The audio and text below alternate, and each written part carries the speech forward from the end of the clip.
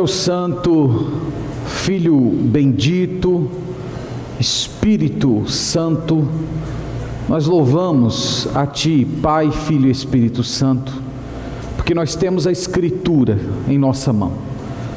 Esse livro santo, esse livro qual tem poder em si mesmo.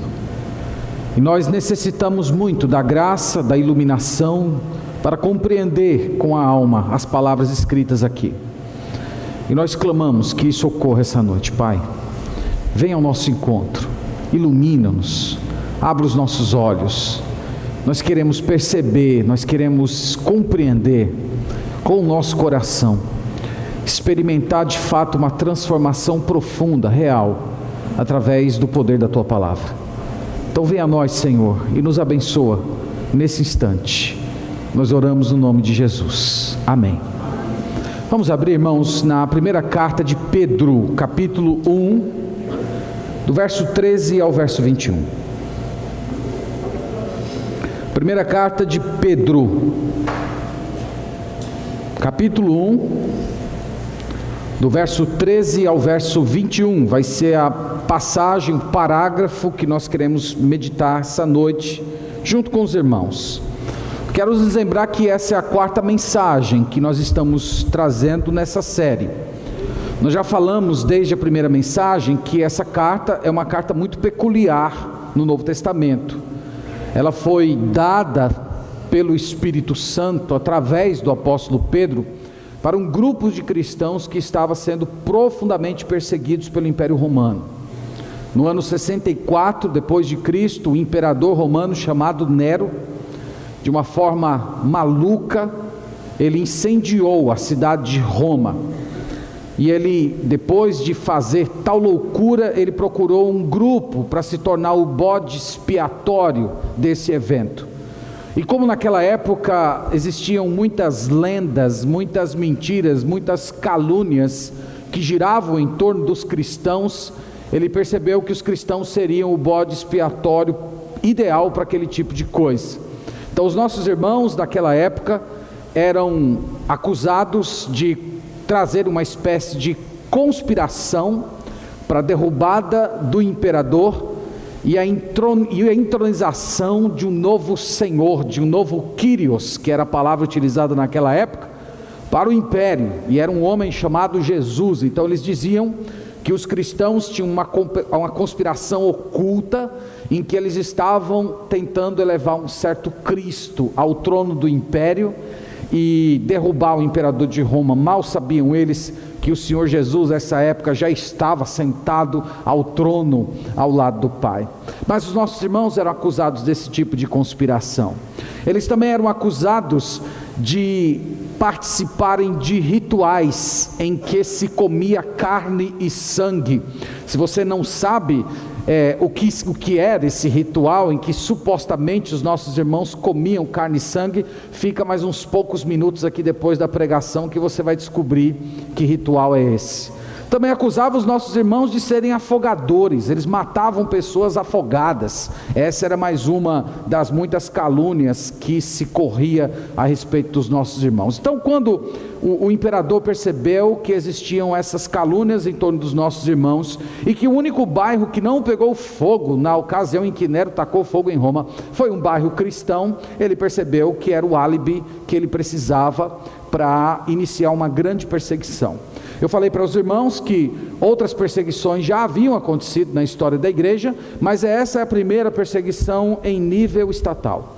E Pedro escreveu essa carta para consolar os irmãos. Na verdade, ele estava preocupado com a fé desses irmãos. Os irmãos sabem que permanecer fiel a Deus no mundo que a gente vive já é difícil, mas você permanecer leal ao Senhor em época de perseguição, em época em que estão tomando seus bens, estão matando seus filhos, estão forçando você a negar o nome de Jesus através de torturas, isso não é nada fácil.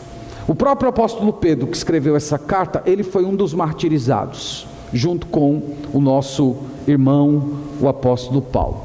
Mas Pedro escreveu essa carta para consolá-los. Nos primeiros 12 versículos, ele apresentou dentro daquela estrutura trinitária que eu já falei para vocês, em que ele fala da obra do Pai, da obra do Filho, da obra do Espírito Santo. Ele apresentou dentro dessa estrutura a grande salvação que Deus nos deu. Ele disse que o Pai, antes da fundação do mundo, nos escolheu. O Pai providenciou para nós a regeneração. Depois o Pai envia o Filho. O Filho vem, morre no nosso lugar, aplica a redenção.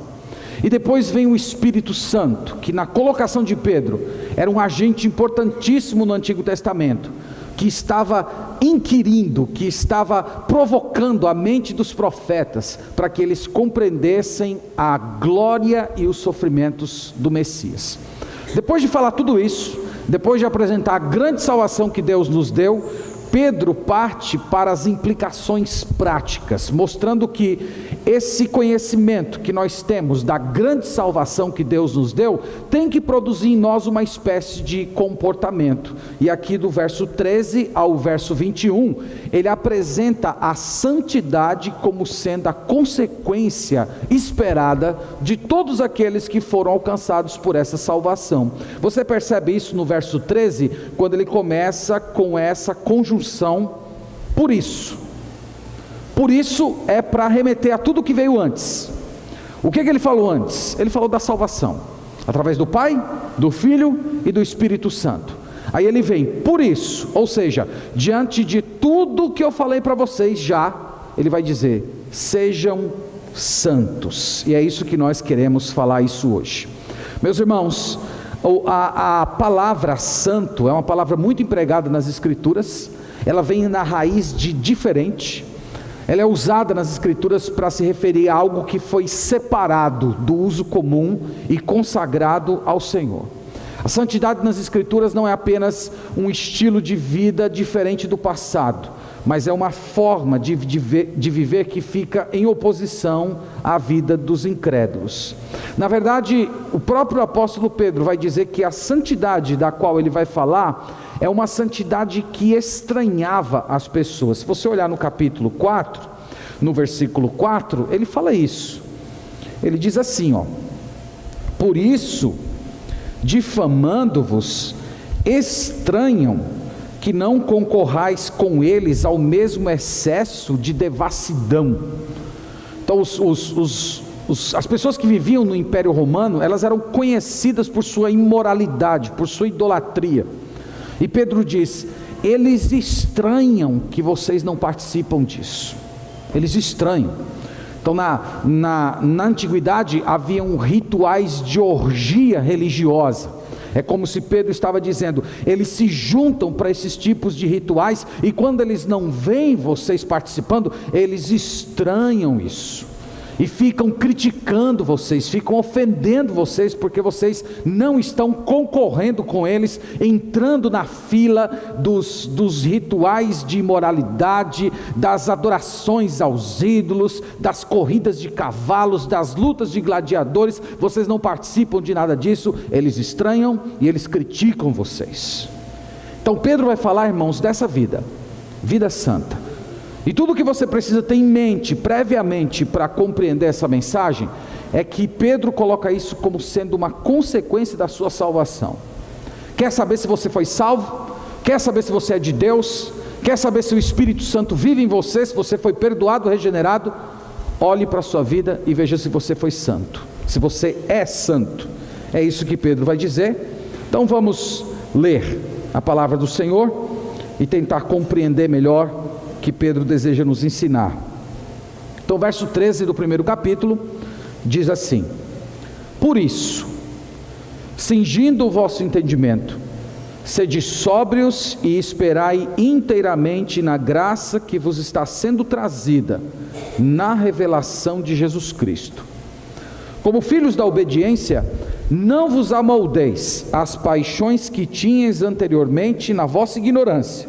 Pelo contrário, segundo é santo aquele que vos chamou, tornai-vos santos também, vós mesmos, em todo o vosso procedimento, porque escrito está: sede santos, porque eu sou santo. Ora, se invocais como Pai aquele que, sem acepção de pessoas, julga segundo as obras de cada um, portai-vos com temor durante o tempo da vossa peregrinação, sabendo que não foi mediante coisas corruptíveis, como prata ou ouro, que fostes comprados, que fostes resgatados do vosso fútil procedimento, que vossos pais vos legaram, mas pelo precioso sangue, como de cordeiro sem defeito e sem mácula, o sangue de Cristo, conhecido com efeito antes da fundação do mundo, porém manifestado no fim dos tempos por amor de vós, que, por meio dele, tendes fé em Deus, o qual o ressuscitou dentre os mortos e lhe deu glória, de sorte que a vossa fé e esperança estejam em Deus. Amém. Louvado seja Deus por sua palavra. Meus irmãos, o apóstolo Pedro aqui apresenta alguns estímulos para a santidade. Depois, como já dissemos, dele apresentar a grande salvação, ele apresenta alguns estímulos para nos mover a uma vida de santidade. Eu quero olhar com vocês esses estímulos. O primeiro deles, Pedro diz: Jesus vai voltar. Esse é o primeiro estímulo, está no versículo 13, olha aí o que ele diz: por isso, cingindo o vosso entendimento, sede sóbrios e esperai inteiramente na graça que vos está sendo trazida, na revelação de Jesus Cristo. Revelação de Jesus Cristo é uma terminologia no Novo Testamento usada para se referir à segunda vinda de Jesus, é a chamada viva esperança. Pedro está lembrando esses irmãos que, se eles ficassem olhando para as perseguições do Império Romano, eles iam ficar profundamente desanimados e iam querer desistir da fé. Mas se eles olhassem para frente, se eles olhassem para essa viva esperança, eles seriam movidos, eles seriam governados por essa esperança que iria reanimar o coração deles, e eles poderiam enfrentar de cabeça erguida e com fé no coração todas as perseguições que o Império estava promovendo com eles.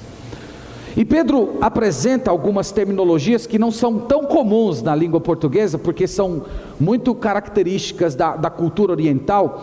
Ele usa algumas expressões para nos ajudar a entender o que ele quer dizer com viva esperança ou revelação de Jesus Cristo. Na primeira parte do verso 13, ele diz assim: por isso, cingindo o vosso entendimento. O que é cingir o entendimento? Essa é uma das expressões que, para nós que somos ocidentais, é uma expressão muito estranha, é um tipo de um hebraísmo. Cingir o entendimento significa organizar as ideias, significa ter a mente disciplinada, significa ter a mente preparada. Cingir era a imagem ou a figura ou o referencial de alguém que pegava o seu manto e, quando estava se preparando para uma jornada ou para uma corrida, ele, para poder desembaraçar suas pernas, ele pegava o seu manto aqui da perna e ele dobrava e enfiava aqui no cinto. Então as pernas dele ficavam livres e ele podia se movimentar. Isso acontecia com os corredores, isso acontecia com os homens que iam entrar em guerra. Então Pedro estava dizendo assim: vocês precisam preparar o entendimento de vocês, vocês precisam organizar os pensamentos de vocês para olhar para a segunda vinda de Jesus. Vocês precisam fazer assim. Só dessa maneira que vocês vão conseguir ser santos nesse mundo e enfrentar todas essas oposições e perseguições.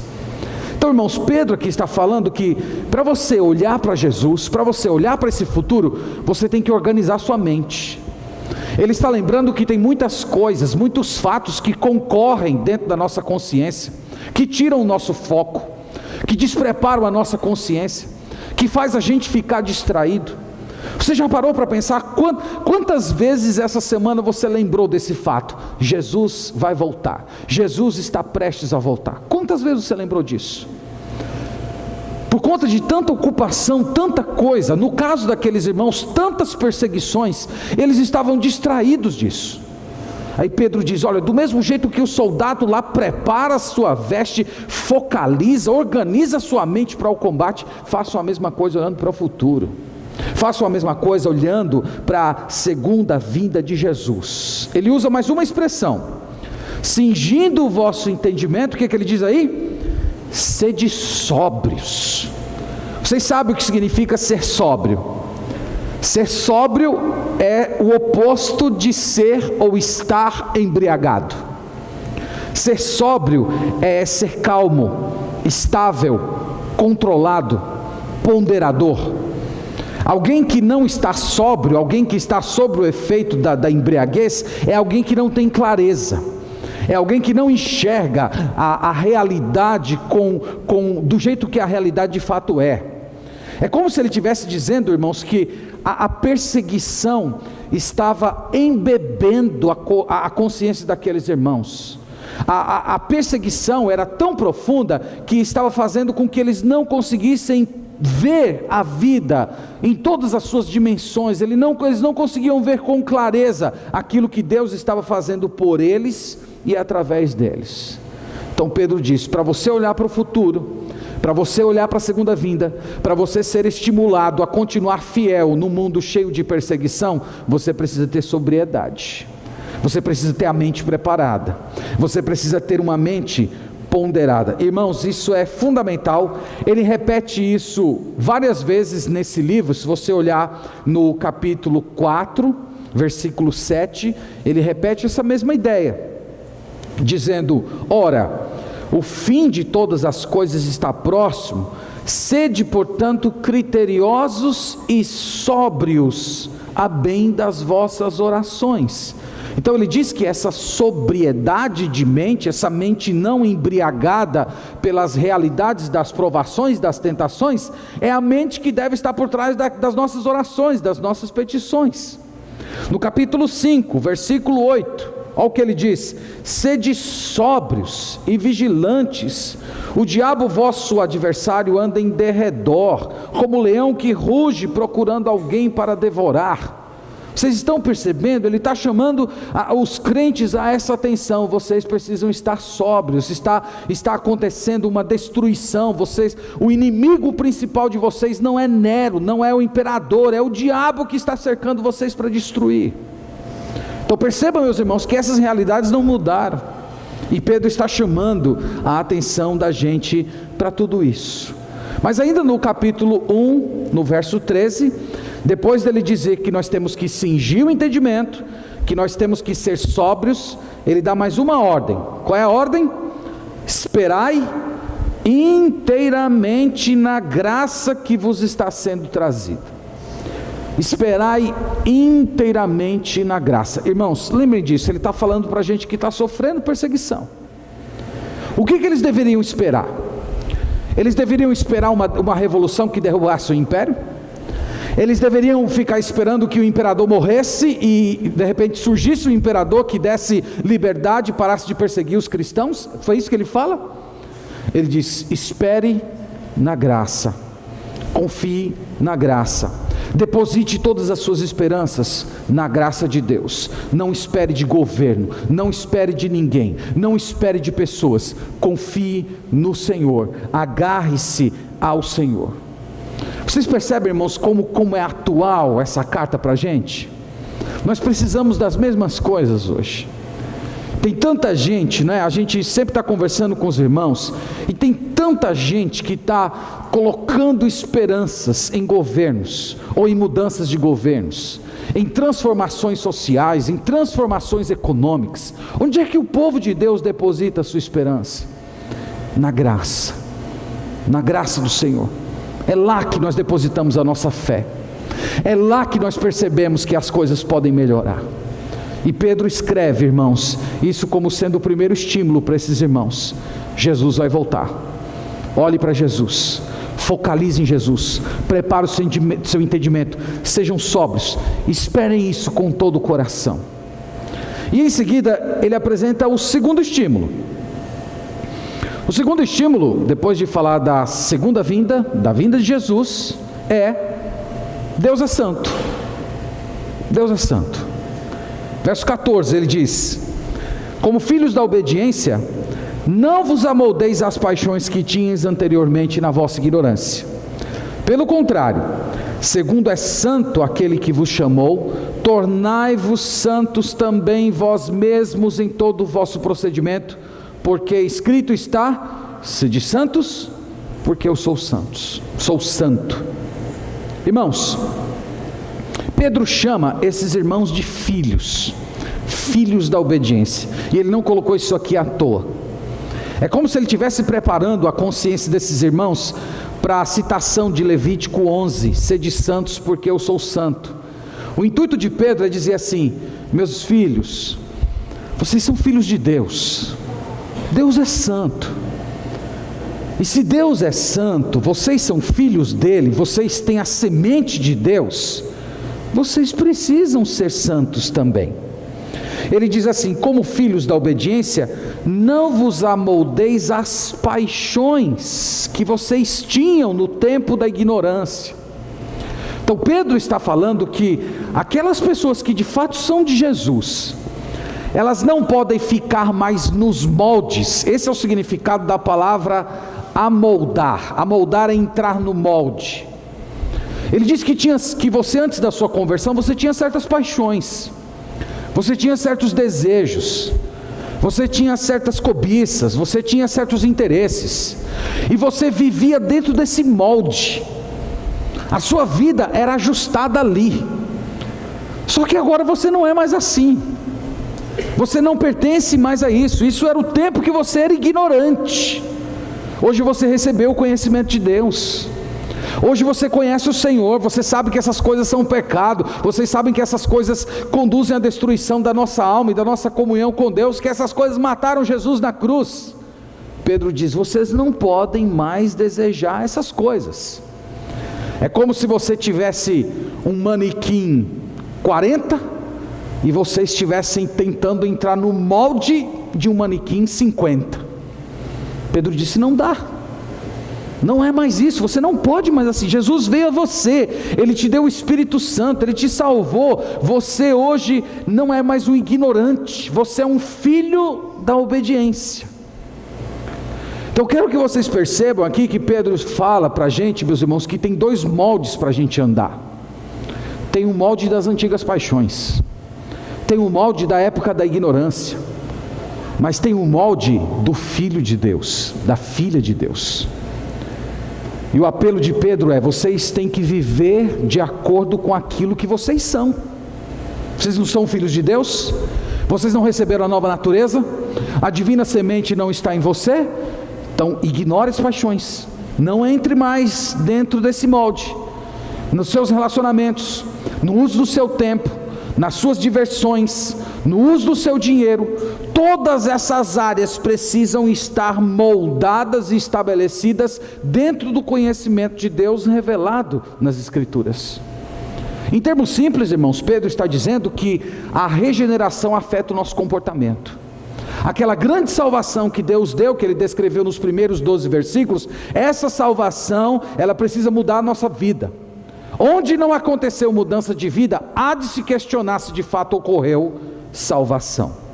E Pedro termina essa sessão lembrando o grande chamado de Deus, versículo 15: pelo contrário, segundo é santo aquele que vos chamou, aquele que nos chamou das trevas, da ignorância, tornai-vos também santos em todo o vosso procedimento, porque escrito está, e aqui ele cita Levítico 11:44, sede santos, porque eu sou santo.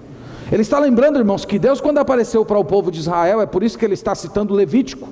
Quando Deus apareceu ao povo de Israel, Ele disse: eu sou o Deus santo. Vocês têm que ser diferente das outras nações. Vocês não podem adorar como as outras nações adoram.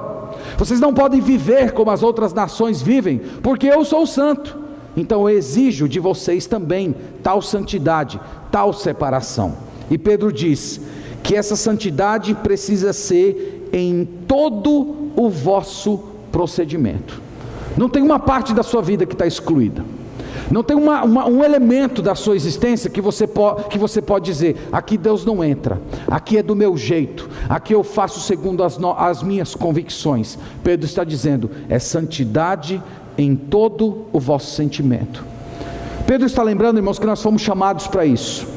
Deus nos separou do mundo, Deus nos chamou do mundo, Deus nos tomou para si, e Ele espera que nós hajamos hoje como filhos dEle. Vocês sabem que definitivamente santidade não é perfeição. Santidade não significa que você nunca peca. Santidade não significa que você nunca vai tropeçar. Mas santidade é uma prática regular em dizer não para o pecado. Ele está dizendo que do mesmo jeito que Deus dá as costas para o pecado, do mesmo jeito que Deus não é afetado pelo mal porque Ele é santo, nós precisamos experimentar tal vida. Nós fomos separados por Deus, nós fomos tirados desse mundo e colocados nos caminhos do Senhor. E Ele diz, em todo o nosso procedimento, cada uma das suas atividades, desde as suas atividades chamadas religiosas, até aquelas atividades que são chamadas seculares, tudo é santo, tudo é do Senhor, tudo você faz através do poder dEle, tudo você faz para a glória dEle.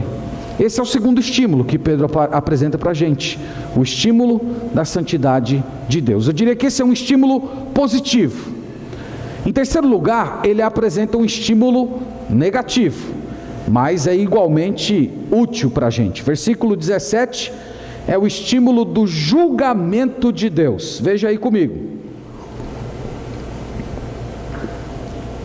Ora, se invocais como Pai aquele que sem acepção de pessoas julga segundo as obras de cada um, portai-vos com temor durante o tempo da vossa peregrinação.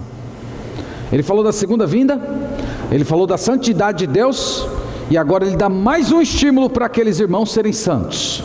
O estímulo é esse: Deus julga. Deus julga. Esse é um tema que é pouco falado nas igrejas hoje. Fala-se muito sobre o amor de Deus, fala-se muito sobre a aceitação de Deus, fala-se muito sobre o perdão de Deus. Mas irmãos, Deus leva muito a sério a questão do pecado. Deus leva muito a sério a questão do juízo. Deus leva tão a sério a questão do pecado, que Ele matou o seu Filho pendurado numa cruz, por causa dos nossos pecados. E Pedro está dizendo aqui, Deus julga segundo as obras de cada um. Deus julga. Você sabia que aqueles que são de Jesus vão comparecer diante do tribunal de Cristo e vão ser julgados? Você sabia disso? A Bíblia fala disso. Não será um julgamento para você perder salvação. Esse grande julgamento vai ser o grande trono branco, e esse vai ser apenas para aqueles que não creram. Lá eles vão receber a sua sentença.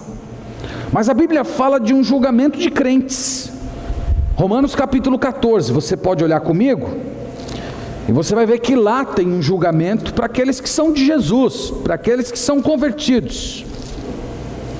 E nesse julgamento Deus vai avaliar como você viveu nesse mundo, como você viveu na presença do Senhor. Olha aí, Romanos 14, versículo 10.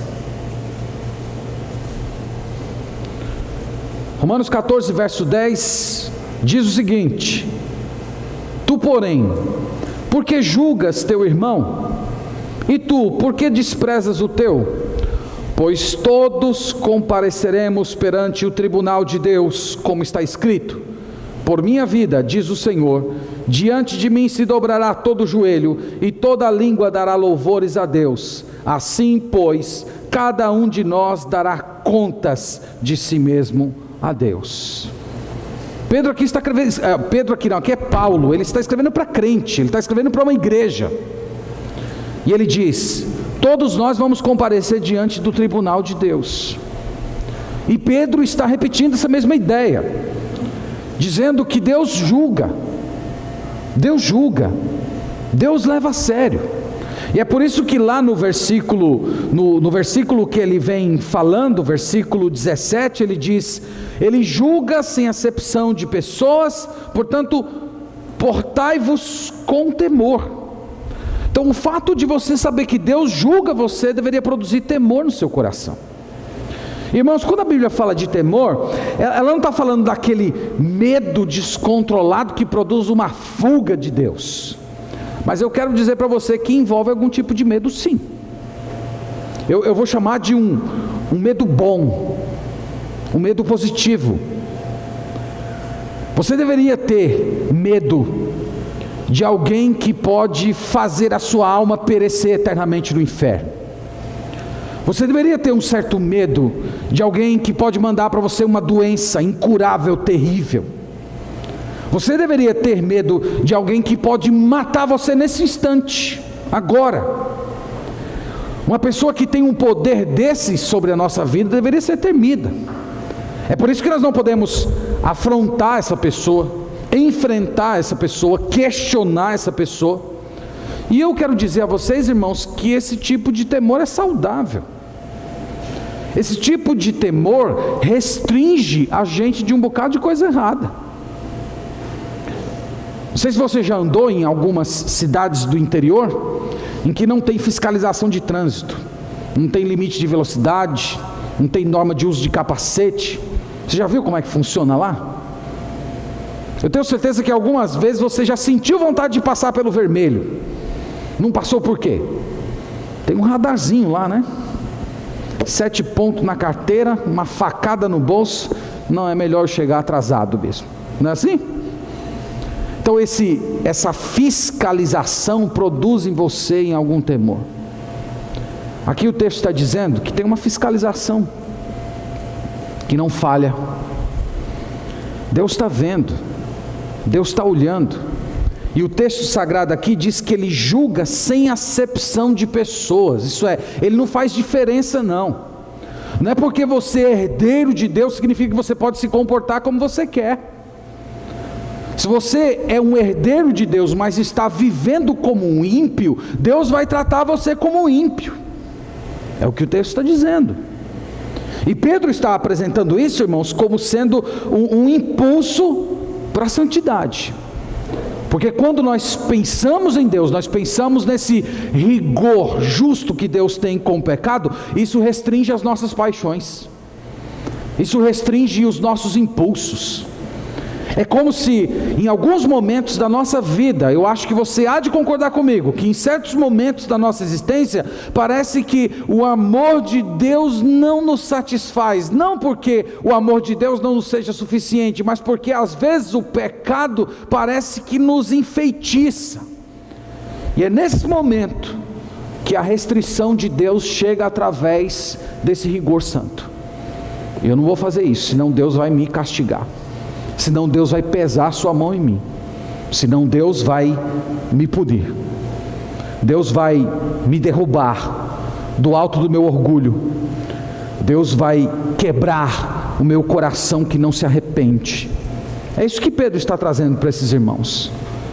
Pedro está lembrando esses irmãos, queridos, que o fato deles terem recebido uma salvação maravilhosa, impagável, eterna, que não pode ser tomada deles. O fato deles terem herdado tudo isso, não significa que eles têm licença para viver como quiserem. Não significa que eles podem pecar à vontade, que eles podem zombar de Deus, levando uma vida leviana. Deus julga. Você já parou para pensar nisso?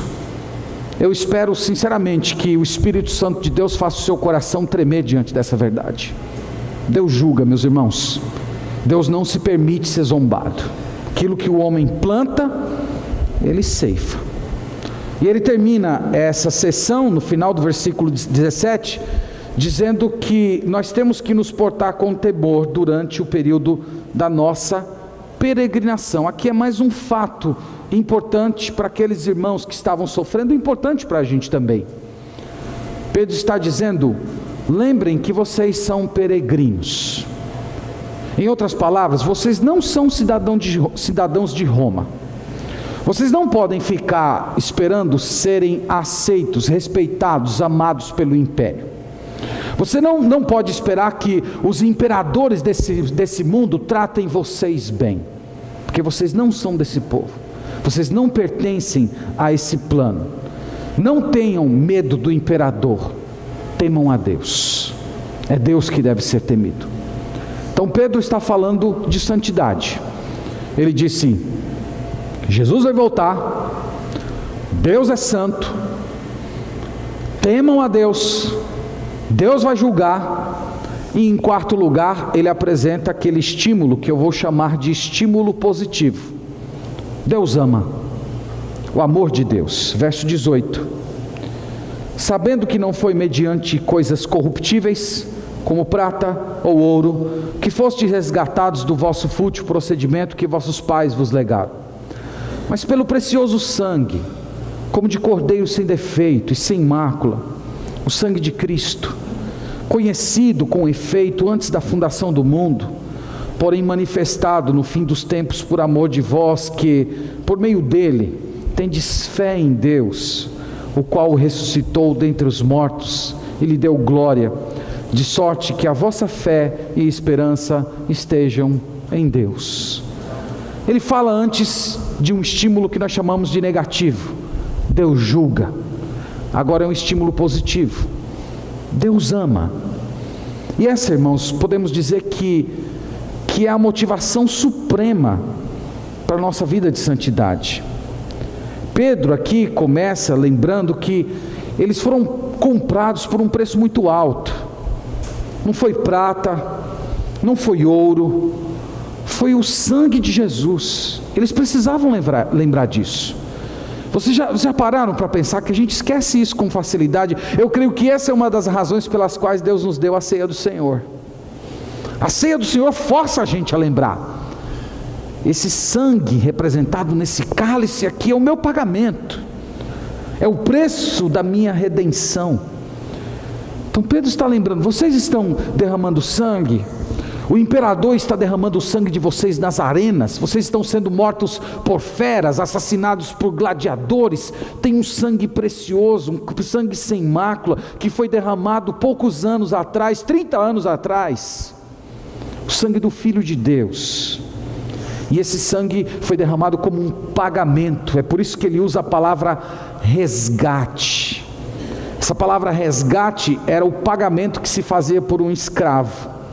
Boa parte dos irmãos a quem Pedro escreveu essa carta eram escravos do Império Romano. Eles sabiam que era resgate. Eles sabiam qual era a felicidade. Nós brasileiros definitivamente nunca vamos entender isso. Mas eles sabiam o que é a felicidade de nascer como escravo, viver como escravo, e de repente aparece uma pessoa, vai lá no seu amo e diz assim: ó, eu estou pagando pela alforria dele, de hoje em diante você está livre, você pode ir e vir, você pode ser o que você quiser, fazer o que você quiser. Eles sabiam o que é isso. E Pedro está dizendo: vocês foram resgatados. Vocês foram resgatados de quê? Olha o que ele diz no verso 18: vocês foram resgatados do fútil procedimento que vossos pais vos legaram. Vocês foram resgatados de uma vida vazia, de uma vida sem significado, de uma vida em que vocês pensavam que eram felizes, que eram plenos, que eram completos, que eram alegres. Uma vida em que vocês pensavam que tinham liberdade, mas vocês não percebiam que, na verdade, vocês eram escravos do vosso pecado. Vocês receberam conceitos, ideias, valores dos seus pais, ideias pecaminosas. Ele está dizendo: Cristo libertou vocês de tudo isso. Ele derramou o seu sangue. E é por isso, irmãos, que ele está dizendo: nós precisamos viver como filhos de Deus. O preço foi caro, foi preço de sangue, foi um preço altíssimo. Ele diz: Jesus é como o cordeiro. Ele diz que esse cordeiro, sem mácula, sem defeito, ele foi conhecido antes da fundação do mundo. Essa expressão, conhecido antes da fundação do mundo, é para falar que ele já tinha sido planejado pelo Pai na eternidade. Pedro está lembrando, irmãos, do privilégio que esses irmãos tinham, do privilégio que a gente tinha também. Antes de Deus dizer haja luz, já tinha um cordeiro preparado para morrer por você. Já tinha um sangue que seria derramado por causa da sua salvação. As amarras do pecado seriam rompidas pelo Cristo ressurreto. Por Por isso Pedro está apelando para que eles vivam uma vida de santidade, apegados ao Cordeiro de Deus, conhecido antes da fundação do mundo. Ele diz isso no verso 20, depois ele diz, manifestado no fim dos tempos. O fim dos tempos é o momento que nós estamos vivendo hoje. Você vive como se nós estivéssemos no fim dos tempos? Você vive como se nós fôssemos a geração do arrebatamento? Pedro vivia assim. Pedro vivia na expectativa de que o arrebatamento aconteceria na geração dele. E ele diz, esse cordeiro já foi planejado pelo Pai no passado, mas nos últimos tempos ele foi revelado. Nós conhecemos quem é o cordeiro. Nós conhecemos essa pessoa que teve o seu sangue derramado. E no verso 21 ele fecha todo esse raciocínio, dizendo que por meio dele nós temos fé em Deus. Por que nós temos fé em Deus? Porque nós confiamos em Deus. Porque o cordeiro derramou sangue. Porque o Cordeiro morreu por nós, Ele ressuscitou dos mortos, e Ele diz, por isso, a vossa fé e esperança estejam em Deus. Tudo isso aqui, irmãos, que nós lemos, foi um estímulo para viver uma vida santa. Olhe para Jesus, falamos isso hoje de manhã. Olhar para a cruz, move o nosso coração para a santidade. É na cruz que nós aprendemos a santidade. Uma mulher chamada Frances Ridley Havergal, uma vez ela viu uma pintura em que Cristo estava crucificado, e embaixo estava a inscrição, fiz isto por ti, que fazes por mim?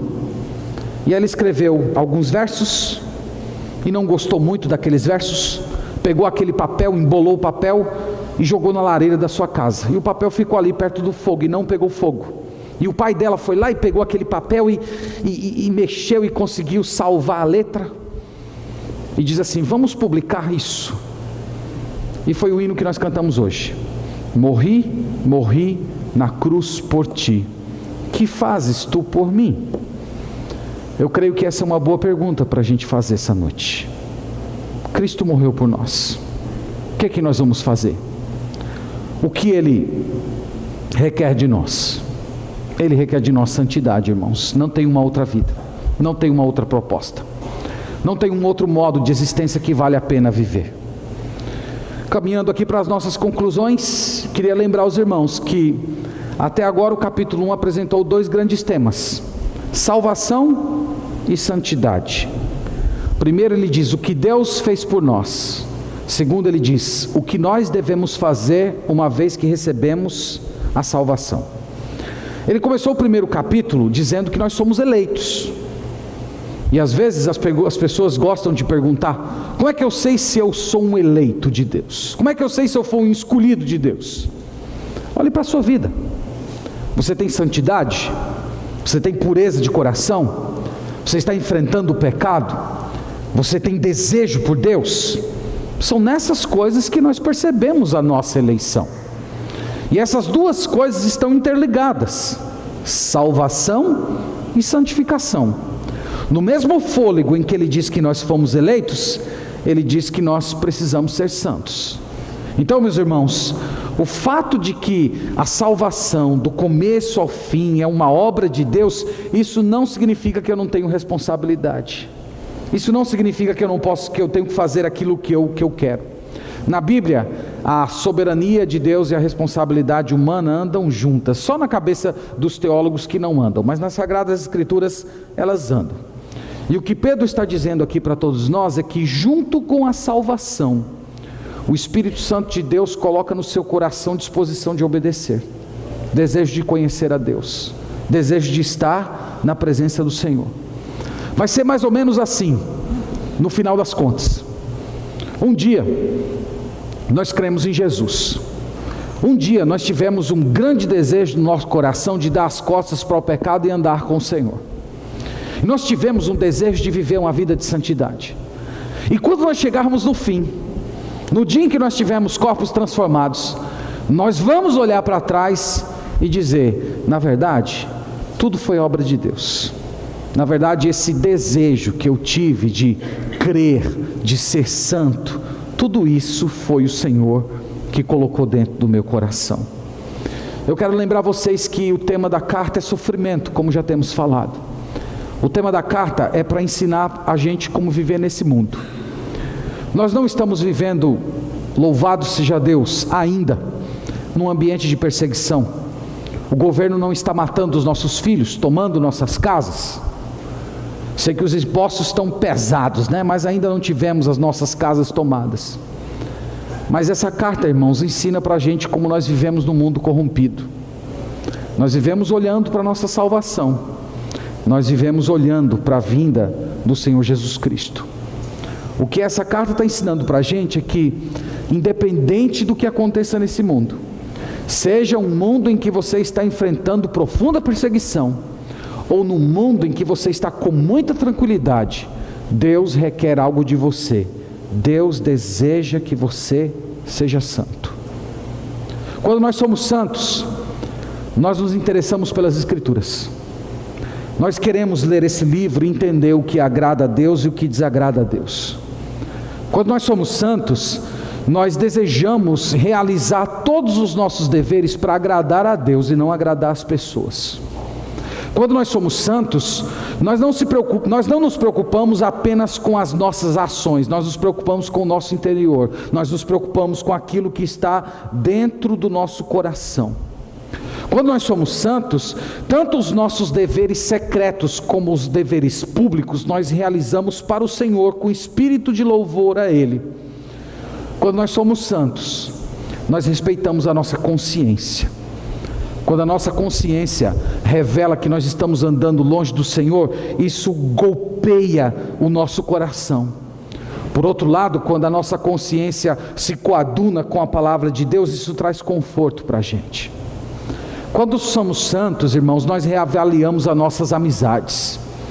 Nós buscamos a companhia de pessoas piedosas.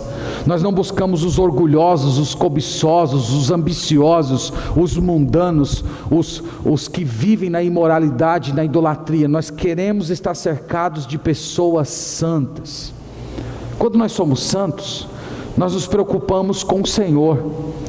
Antes do que as pessoas pensem, antes do que as pessoas falem, antes de qualquer crítica que as pessoas nos falem, antes de que as pessoas nos chamem de preconceituosos, de medievais, seja lá do que for, nós estamos preocupados com o que o Senhor diz ao nosso respeito, como Ele olha para a gente, porque nós não vivemos para as pessoas, nós vivemos para o Senhor. Portanto, as censuras, as reprovações, as calúnias, isso não vão tirar a gente do chão, porque nós obedecemos a Deus. Ser santo é não se distrair com banalidades, é você não ser banal no uso do seu tempo.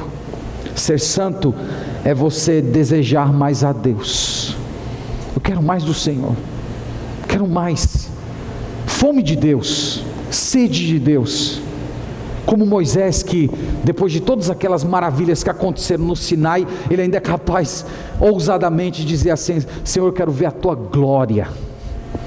Isso, irmãos, é santidade. Deus é o prazer da sua vida? Você se deleita na contemplação de Deus? Deus é o centro das suas conversas, o conteúdo das suas aspirações? Você conhece a intimidade de Deus? Você já experimentou aquele derramamento do Senhor no seu coração que preenche todos os espaços? Você já ficou extasiado pensando no novo céus, na nova terra, nas insondáveis riquezas de Cristo? Nós fomos salvos para isso. Essa é a vida que Deus requer de nós. Então encerro essa noite desejando, irmãos, de todo o coração, e orei por isso essa semana, que essa seja a nossa aspiração, o nosso desejo, a nossa paixão: santidade, pureza de vida, de coração, de sentimentos, vida diferente, para a glória de Deus e para o bem do povo de Deus. Amém. Vamos orar ao Senhor. Te agradecemos, Pai, por essa palavra, e nós reconhecemos, Senhor, que estamos tão distantes disso que acabamos de ler, mas nós confiamos no poder do Senhor, nós confiamos que o Senhor é bom, Nós confiamos que o Senhor tem prazer em nos purificar. Venha a nós, ó Pai, pelo Teu Santo Espírito, nos abençoa, nos transforma de glória em glória, a imagem de Cristo.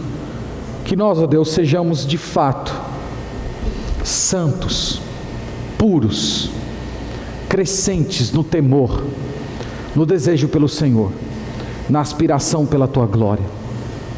E que essa paixão pelas coisas celestes tome conta de todos os nossos sentimentos, que nós desejemos ser parecidos com o Senhor Jesus. É a nossa oração no nome de Cristo, para a Tua glória. Amém. Amém.